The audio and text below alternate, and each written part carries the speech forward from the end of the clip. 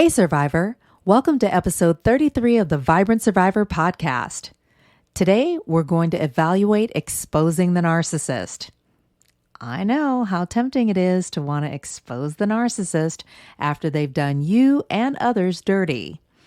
That's why I've put together 7 things that can happen when you pull their mask off.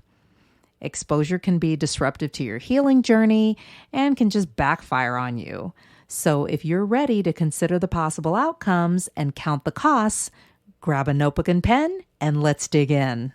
Hey, Survivor. Welcome to the Vibrant Survivor podcast.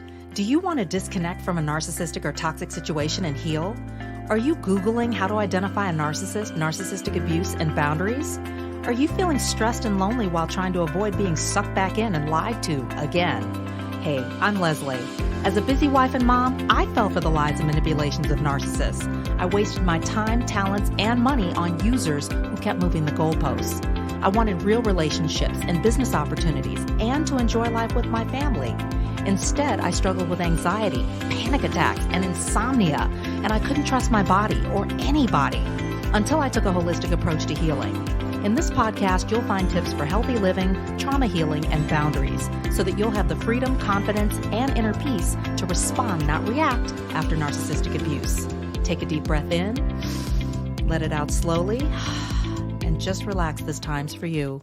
Have you signed up to become a Vibrant Survivor Insider? Want exclusive content, holistically healing tips, news, and updates delivered to your inbox? Click the link in the show notes to join. I've witnessed the exposure of narcissists from a couple of different perspectives. On the one hand, I have been a bystander who watched as someone else exposed a narcissist that we were dealing with, presented receipts, called out the bad behavior, broke down all the things that happened, and tried to clear their name, expose the truth, set the record straight, etc. On the other hand, I have held the mirror up to a narcissist and exposed the fact that they were lying to me and watched as they squirmed, scrambled, and attempted to regain control of the situation and tried to gaslight me and tried to get me to kind of do their dirty work, act as a flying monkey. And at the end of the day, when narcissists get exposed, when someone pulls that mask off, it is all about regaining control of the situation or trying to regain control of the situation and creating a lot of chaos and confusion so that people don't know who to believe, who to listen to, what's true, what's not, which way's up, down, etc. Either way, exposing a narcissist can be tricky business. Here are 7 things that can happen when you pull their mask off. Number 1, they will label the exposure as, quote, a slandering situation. Narcissists love fighting and drama and chaos, and they love to accuse other people, and specifically people who they've done wrong, of slandering them, when in fact they're doing the very things that they're being exposed for doing.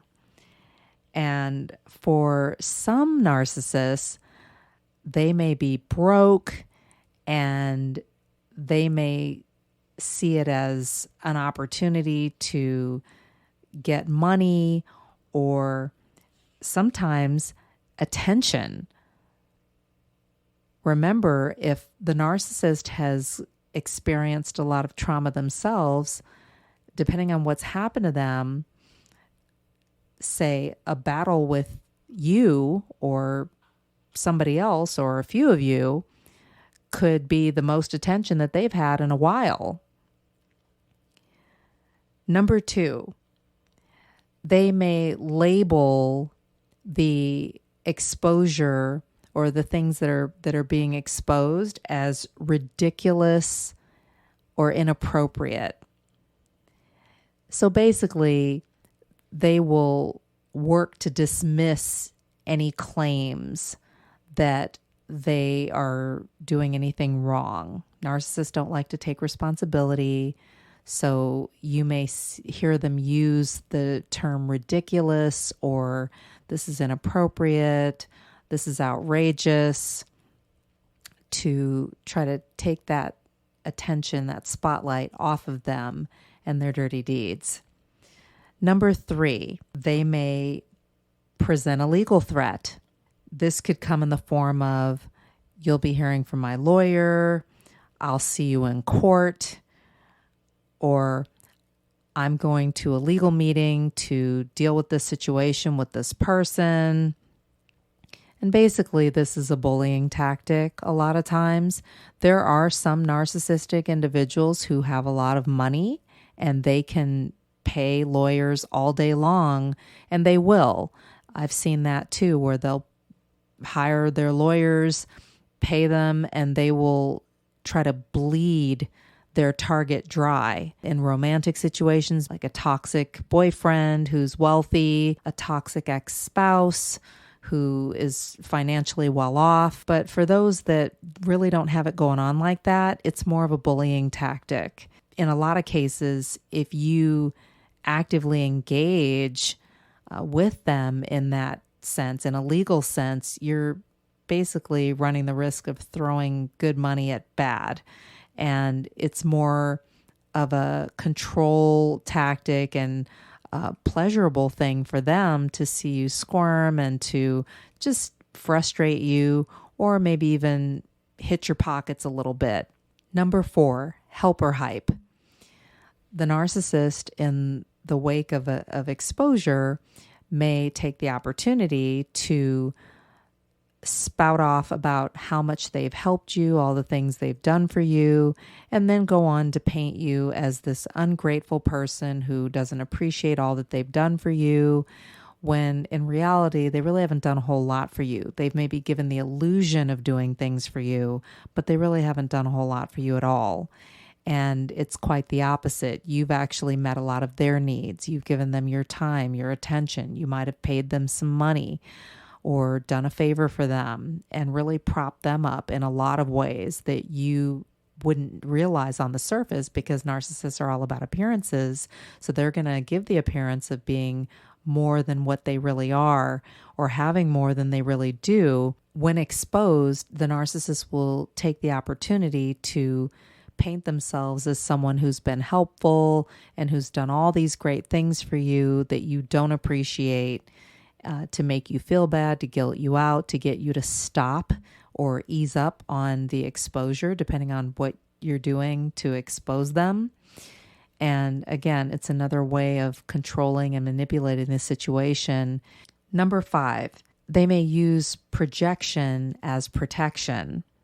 Narcissists project quite a bit, and this is all to throw the scent off of who they really are, their true self, what they really are doing or have done, and just keeping people from finding out what's really going on behind the mask. Narcissists may refer to you or someone else that's close to you or close to the situation as being immature or having a false sense of reality. They may accuse you or others of launching vicious attacks against them. They may accuse you or others of fraudulent actions against them.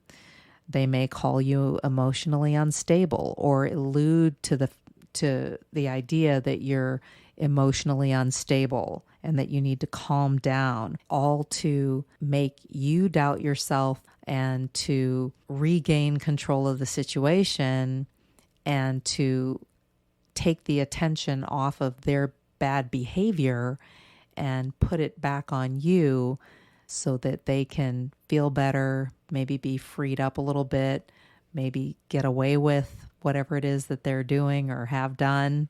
Number 6, they may use emphatic language. And this is basically a cover-up for the lying that narcissists do. So you may hear things like, never, ever, ever, ever, or I did this for you. Tried to help you over and over and over and over and over again. Or they'll use filler words like, I truly tried to help you. I honestly tried to do everything I possibly could to help you out or to try to give you another chance, when really the opposite is true. But the emphatic language is to really take the scent off of the lies that are being told and sold to you and to others in close proximity to the situation with the narcissistic individual. Number 7, they may try to reassure you that everything's okay and that they really are going to do what they told you and others that they're going to do, or that they are a good person, or that they're telling the truth, or that they have good intentions, or that they're trying to be helpful. The whole idea is to, again, try to get the exposure to stop, regain control of the situation, and to proceed with whatever they're trying to carry out in terms of, it could be a con or a scam or some other form of manipulation. Maybe it's on the job. It could be in a friend group, or among neighbors, or in a narcissistic family. But the idea is to get everybody to settle down and not pursue the exposure any further. And here's a bonus for you. Another thing that the narcissist may do when you pull their mask off is give you the silent treatment. This is also a control tactic, and a quiet control tactic that buys them some time and gives them the opportunity to wait and watch and see what you're going to do. And also to observe how others react to whatever was done to expose them or pull their mask off. And it also buys them time to maybe come up with a plan on, okay, what am I going to do now? What lie am I going to tell next? How am I going to spin this so that I can get the heat off of me and maybe project onto this other person, or get everybody to stop looking at me sideways and see me as the good guy, or someone who's trying to be helpful or nice. Or let's recap 7 things that can happen when you pull the narcissist mask off. Number 1, they may refer to the exposure as a slandering situation. Make sure you know your definitions legally and consult with your attorney if you have any questions or doubts or confusion. Number 2, they may dismiss the exposure as ridiculous, or the exposing behavior as inappropriate in some way, shape, or form. Number 3, they may threaten you and others legally. Number 4, they may hype themselves up as being a helper. Number 5, they may use projection as protection. Gotta protect that false self. Number 6, they may use emphatic language to cover up those lies and make what they're saying seem truthful. Number 7, they may try to convince everyone that everything's okay, everything's fine, I'm fine, you're fine, everything's fine, to take the scent off and to stop the exposure. And the bonus, they may give you and others the silent treatment. Exposing a narcissist can be tricky business. At the end of the day, you're grown, and whether you choose to expose the narcissist or not is your call. Before you pursue exposure closure, consider all possible outcomes and think it over. If this podcast has helped you understand who and what you're dealing with, sharpen your discernment, and move forward on your healing journey, share it with another survivor. Help me help others by leaving a review for the show. And let's connect on social. Take a screenshot, share it in your IG stories, find and tag me at The Vibrant Survivor, and I'll share your post too. I look forward to connecting with you on IG and seeing you back here. You're not alone and you're not crazy. Know who you're dealing with, know who you are. Take care, and I'll meet you back here next week. Bye-bye.